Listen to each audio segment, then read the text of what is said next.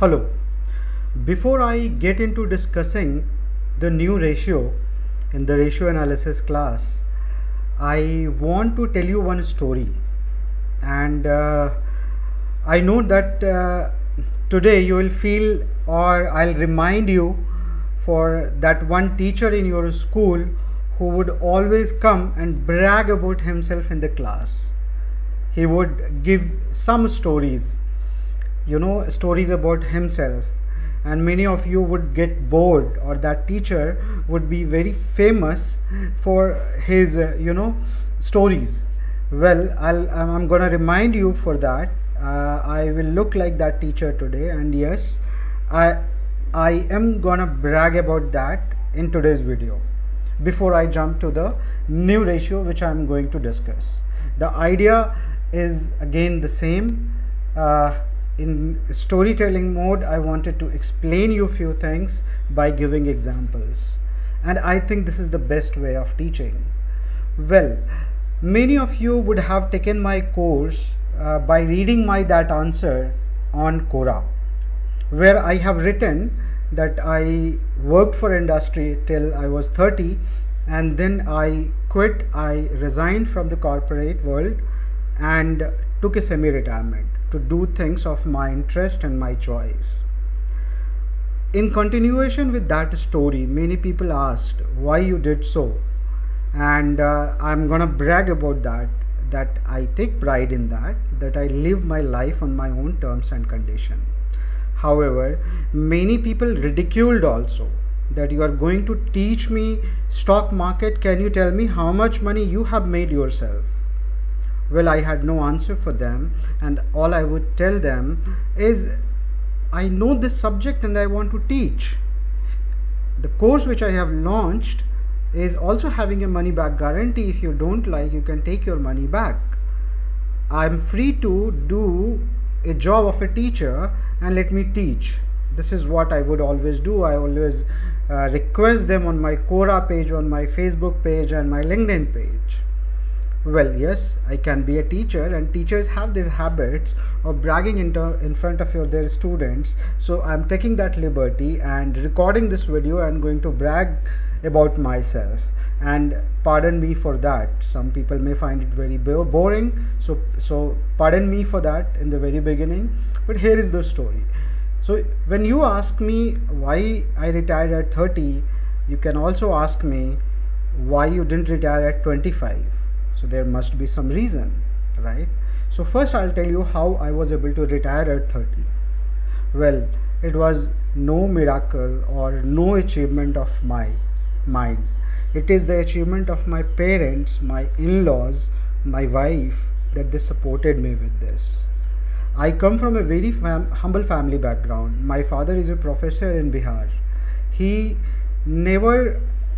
used to never get salary in time. Even when I went to BITS Pilani, he never had his salary in time, sometime in 3 months, sometime in 6 months, sometime even in a year. And his salary was also low because Bihar government was not ready to apply the new pay commission. But then, even after all these difficulties, and three brothers and one sister and a big family which he was supporting, because he also come from very humble family background. He is the first graduate in his family. He used to support people back at his home, his brother, his cousins, and everyone. But even in those scenarios, he didn't push me, or he didn't even thought of taking an education loan for me, or asking me to take an education loan to fund my study. I had no debt on me when I graduated from college. This is one achievement of my father. None of my brother and sister had to take any loan. Yes, when I graduated, I started earning. I did support my younger brothers and sister. But then yes, this piece helped me stay debt free. Remember this word, debt free. Then I got married. One wise decision I made, I got married at the age of 24 and a half. I call it a wise decision, and everybody I meet, I tell them that you should, even if you have a very big plans in your life, you should get married in time. Being a teacher, I'm again taking a liberty to advise juniors who are below my age of 35, 36. I'm 36. Get married in time. Okay. Now, when I got married in time, as per the tradition, my in-laws wanted to gift me everything: expensive car, expensive watch. They are well-to-do people.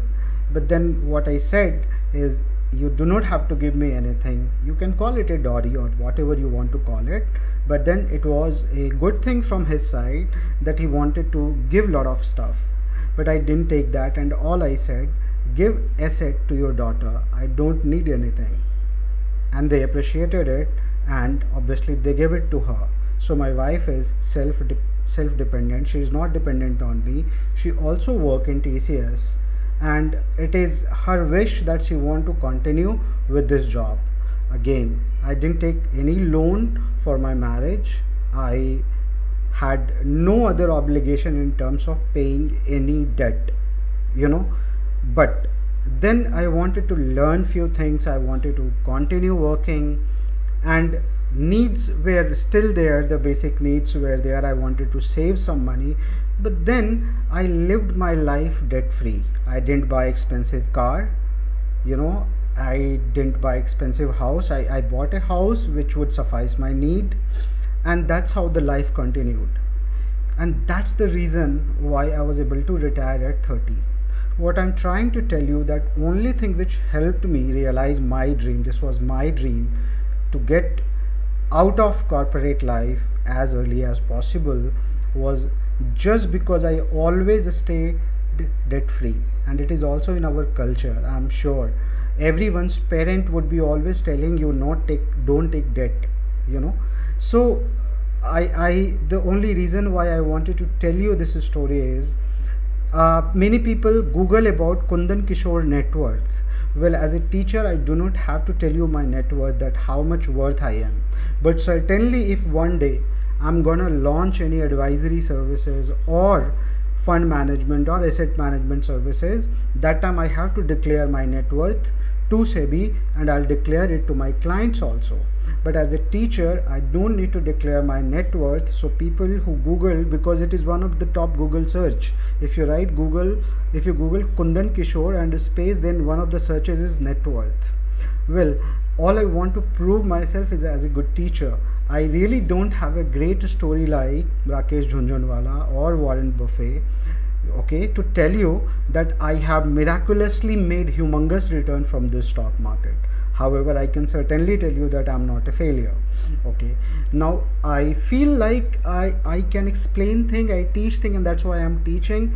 Well, this was if let's say we would be not doing a digital class but doing a one-to-one physical class, I would have taken this liberty to tell you my story one or the other class, and that's what I have taken today.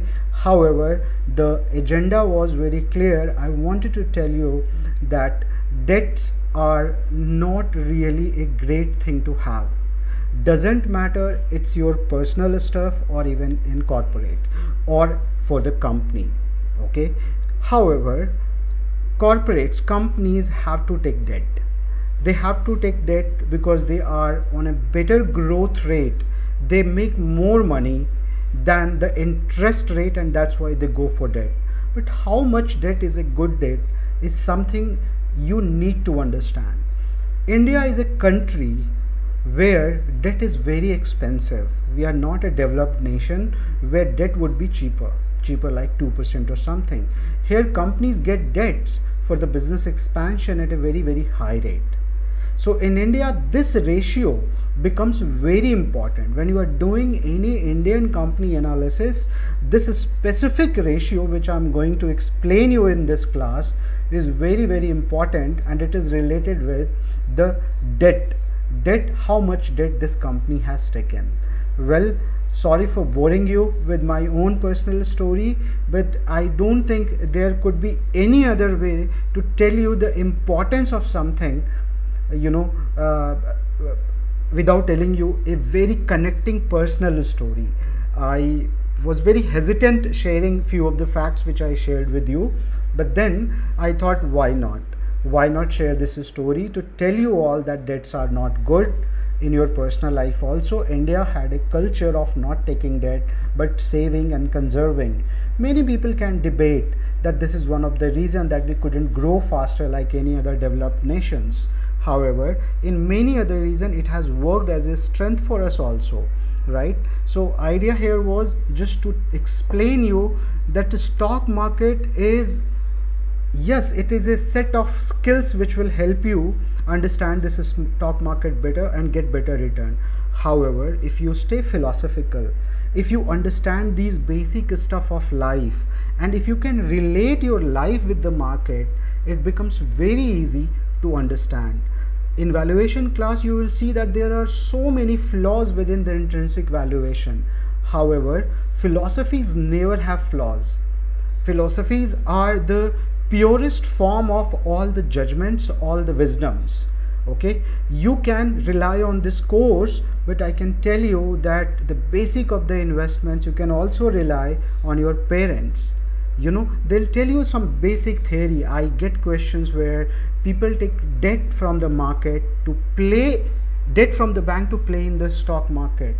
That's completely wrong. You do not have to do that. If you ask your father, your near and dear one, they will never allow you for this. And why? Because philosophically they understand this, that this can put your life at really at stake. Yes, some people give a philosophy that, you know, unless and until you don't take risk in your life, you don't go long. However, what I tell you that the risks should be calculated risk. I won't bore you. Let's jump to debt equity ratio and try to understand how this work out, and how you can calculate it, where you can check it, and what are the precautions you should take it. Let's jump to debt equity ratio in ratio analysis chapter 30.